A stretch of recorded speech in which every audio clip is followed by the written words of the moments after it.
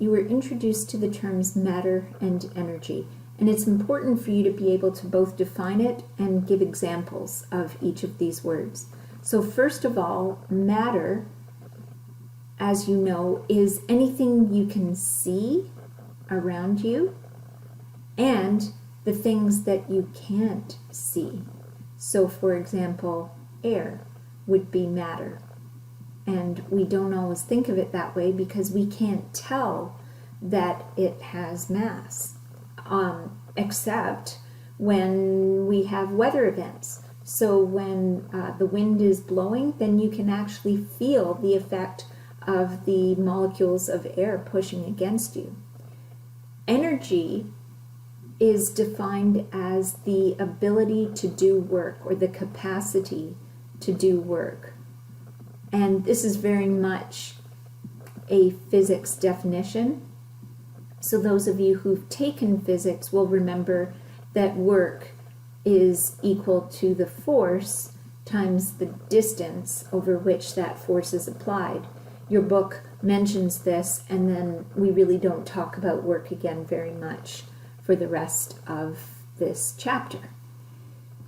All right, so the definition. Matter is defined as anything that occupies space and has mass. This is important for you to understand and be able to give examples of. So many examples here. I think the solid and the liquid aspects of matter are quite easy for us to come up with. It's the things like air or something that is microscopic that might be a little bit more challenging for us.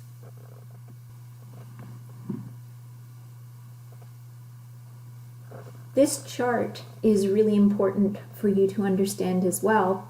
The three states of matter are solid, liquid, and gas. For our purposes, we are not really going to consider plasma. Some of you may know about plasma as it's considered to be a fourth state of matter, but the scope of this course really doesn't examine plasma, so we're not going to consider it at this point. When you're considering whether something is solid, liquid, or gas, though, I want you to consider its motion, the particle's motion, either the atoms or the molecules, the spacing between those particles, the shape that the particles can take, the volume that the particles can take, and whether or not they're actually compressible. So if you look at this chart, it shows you that a solid is really not moving much at all. It's basically just vibrating in a fixed area. Whereas liquids, the particles slide over one another, and then gases, they're zooming around, bouncing off of each other with great amounts of energy. Both solids and liquids have particles that are very close together. Gases are far apart. And then when it comes to shape and volume, when we say definite or indefinite, what we mean here is a solid. So for example, your chair looks like a chair. That's a definite shape. However, a volume of water could be poured from a beaker into a very tall, thin glass, and it's going to take the shape of the vessel in which you put it. And that's what we mean by indefinite. So it takes the shape of whatever you put it into. And gases do the same thing. It's just not as obvious to us. As far as volume goes, you can see the amount of space that a solid takes up. Remember, volume would be measured in cubic units. Same goes for a liquid, but because of the nature of gases, the volume that they have is going to be indefinite. And then the only substance that we consider to be compressible in this case are gases. Some liquids are slightly compressible, but again, for our purposes, we will consider them to be incompressible, and only gases are going to be considered to be able to be compressed. This chart is really important for you to understand and be able to work with. All matter, so all substances that have mass and occupy space will be divided into one of two categories. They are either pure substances or mixtures. If they are pure substances, again, there are only two possibilities: the elements and compounds. Now, elements are very easy to identify. You are always allowed to have your periodic table in any homework assignment, on any test, any quiz that you're working with. There's one at the front of your textbook. There are many on the internet. You can print, make sure that you get one that has atomic number, the element symbol, the element name, and the average atomic mass. The one that's in the front of your book is a beautiful example. Another example of this, if you're looking on the internet, there's a great resource at ptable.com, and you can click on all of the elements and you can find out all kinds of information. So I highly recommend this. The only things that can be defined as elements are found on the periodic table. Compounds, by contrast, will be made up of all of these elements, and actually so will all of the mixtures. So the way that you can tell that something is a compound versus a mixture is that we've got two or more elements, but here's the distinction. For a compound, it's going to be in a fixed ratio. So what does that mean?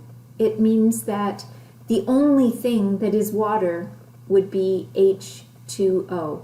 2 hydrogens to 1 oxygen means that you have a water molecule, and a bunch of those together make the compound water.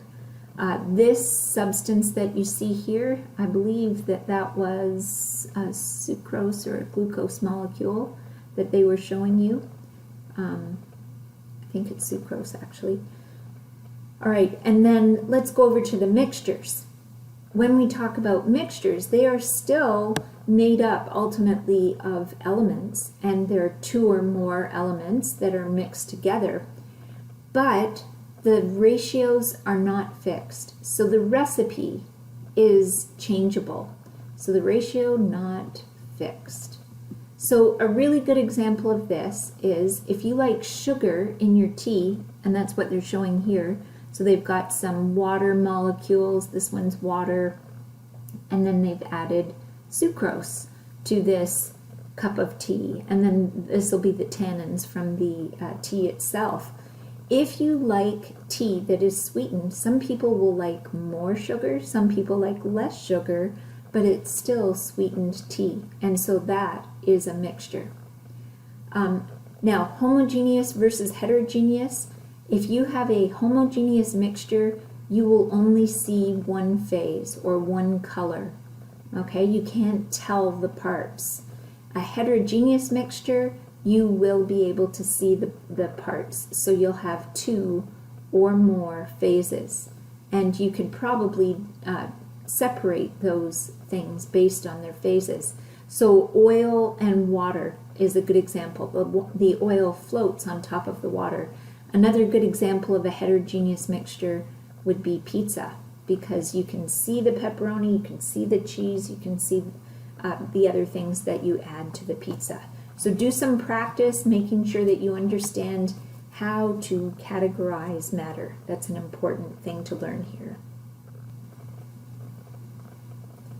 So matter changes in one of 2 ways, and sometimes both. It can change physically or chemically, and a lot of that will depend upon whether you're talking about physical or chemical properties. So make sure that you understand that physical properties will be things that change, but they don't actually change the chemical composition. And similarly, a chemical property is something that is displayed only through changing its composition. So an example is a good thing here. Perfect example of a physical property is a state change. So if you have ice, which is solid water, and it changes to liquid water, then you have a phase change. It's still got all of the properties of H2O. So it does not change its composition. A good example of a chemical property would be whether something is flammable or not. And that means, does it burn? So for example, our fuels that we use for all sorts of things. In the lab, we use mostly methane, natural gas. When you burn methane with oxygen, it changes into carbon dioxide and water. And so you can see that it has definitely gone through a change of composition. So that would be a chemical property. When we're talking about phase changes, so this is back to physical changes, you should know this triangle. This one is specifically related to water. It's showing you water and how it changes. But you need to understand that a solid changing to a liquid is called melting. Going in the other direction is freezing. If your liquid changes to gas, you're talking about evaporation. When gas changes back to liquid, that's condensation. And then there are times when we have solid going directly to gas, that's called sublimation, or a gas going back to solid is called deposition. And so examples of this would be condensation, perhaps on the mirror in your bathroom when you have a shower. Evaporation, on a hot sunny day, a puddle will disappear. I think all of you are pretty familiar with melting and freezing, especially this time of year. Sublimation, you might notice this, ice cubes in the freezer after some time. So if you haven't used them for a while, they'll start getting smaller. And deposition, this is what happens when you wake up in the morning and there's frost on your windshield. That is due to deposition. So the water vapor goes directly to solid form on your windshield.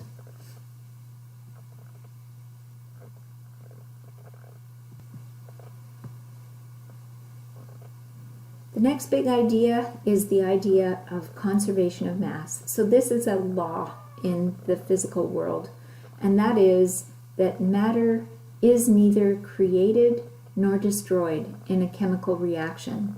However, it does change form in a chemical reaction, that is. So we're not really going to be talking about nuclear reactions because then you can have changes in mass, but in chemical reactions we don't have that kind of thing happening. So the next slide had an example of 58 grams of butane. It could be in a lighter, and of course in order to support combustion you have to have oxygen. So it's found that it requires 208 grams of oxygen to form 176 grams of carbon dioxide and 90 grams of water.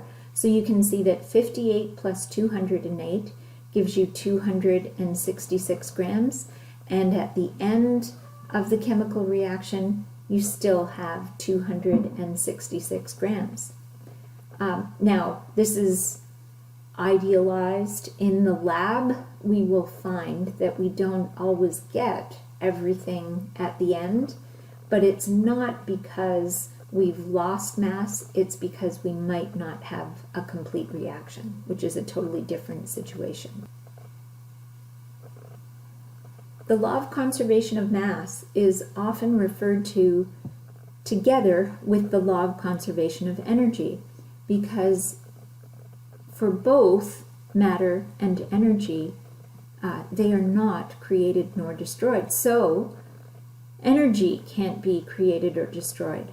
All of the energy in our universe does not change. It's changing form It's transferring from one object to another, but it cannot be created from nothing, and it doesn't vanish. So this is an important law when we're trying to figure out what's going on in a chemical reaction. The different forms of energy will be divided into kinetic energy and potential energy, and then the various types of energy will fit into those two categories.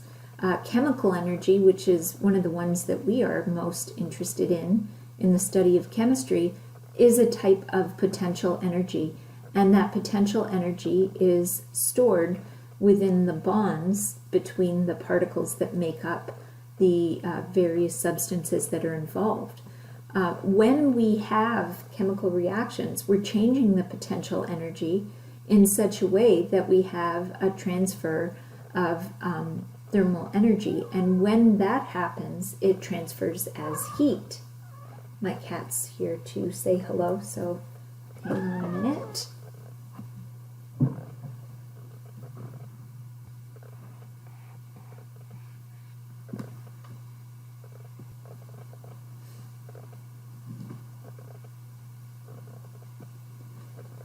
Now, we usually talk about reactions as being either exothermic or endothermic, and you have to be able to recognize the situations in which they would be considered exothermic or endothermic.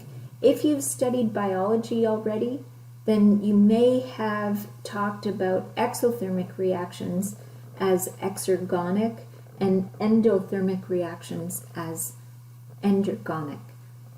But in chemistry, we usually call them exothermic and endothermic. And you can see that if we compare energy, so this is energy increasing, and realistically we would have a graph here, and this would be time. So as time progresses, you can see that the energy of the reactants in an exothermic situation are higher than the energy of the products, and there's going to be energy released, and that energy is usually released as heat, often as light and sound. And so heat is one of the things that we can observe very easily in the lab.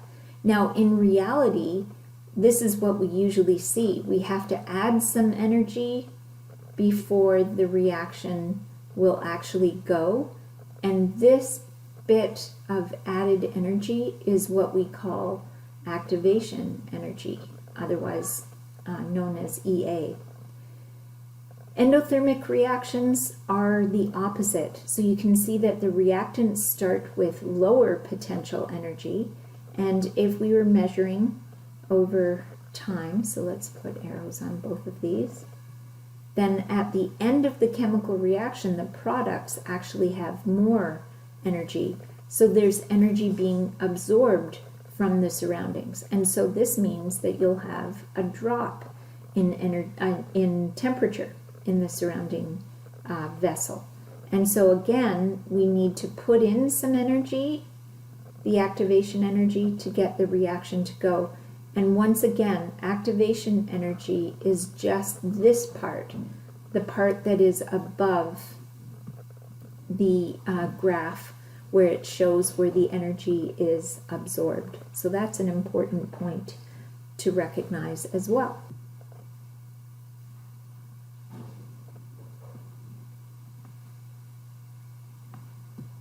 It's important for you to understand which processes in terms of state changes are exothermic and endothermic. So physical changes can also be considered exothermic and endothermic. Some of these you'll know automatically because you know that in order for evaporation to occur, you have to absorb energy. It has to be a hot day for the sunlight to heat up the water and for the puddle to disappear.